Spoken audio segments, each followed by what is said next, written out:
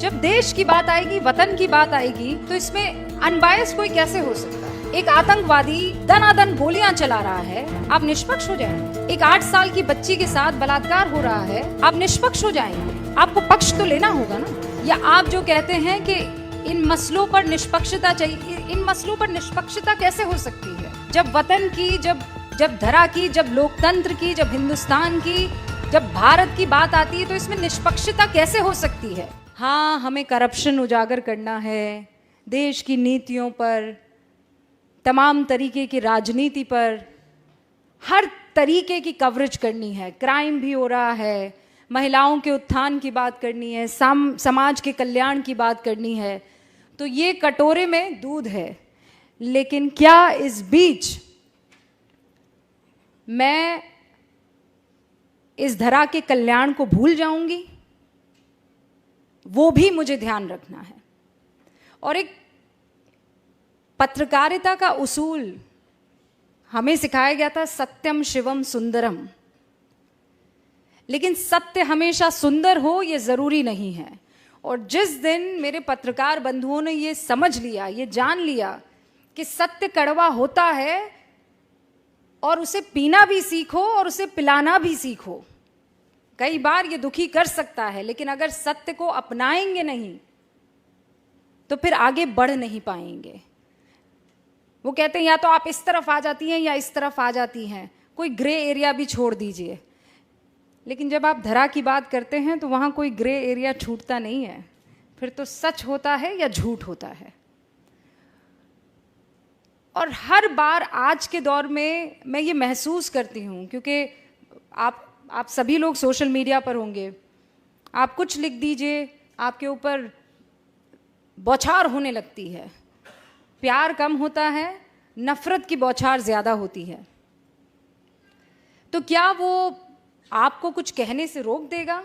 ये आपको तय करना है। क्या उन गालियों से आप सत्य सामने रखना छोड़ देंगे? ये आपको तय करना है। और मैं हमेशा अक्सर जहां जाती हूं ये कहती हूं कि मैं आइसक्रीम नहीं हूं कि जिसे देखकर, जिसे सुनकर हर कोई खुश हो जाए। मैं एक पत्रकार हूं और पत्रकारिता में 2 पक्ष ही होते हैं।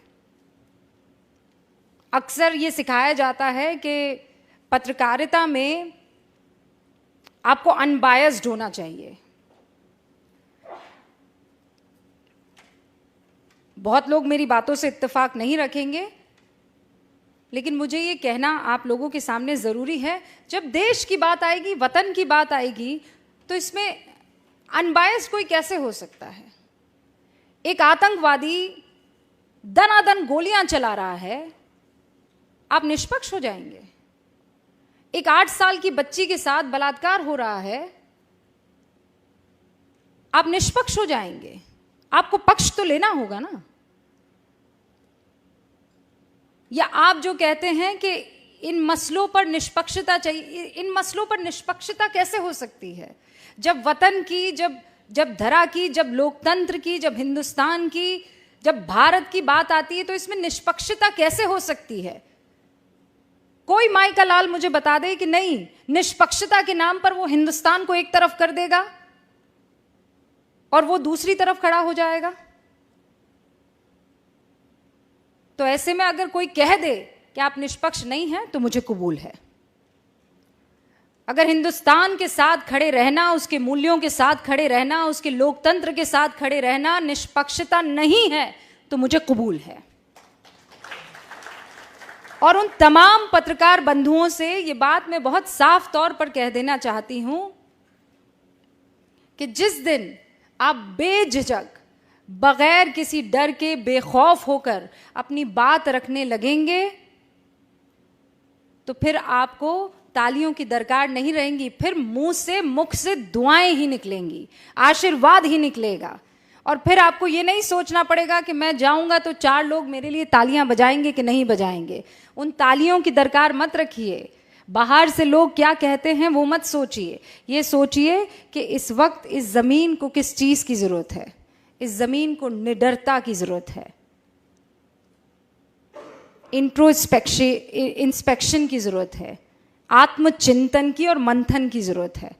और फिर मैं कह रही हूं, कोई विचारधारा हो ना, किसी को चांद पसंद है, कोई ना, किसी को सूरज पसंद है, कोई ना, पर है तो धरा ही के ना, है तो धरती ही के।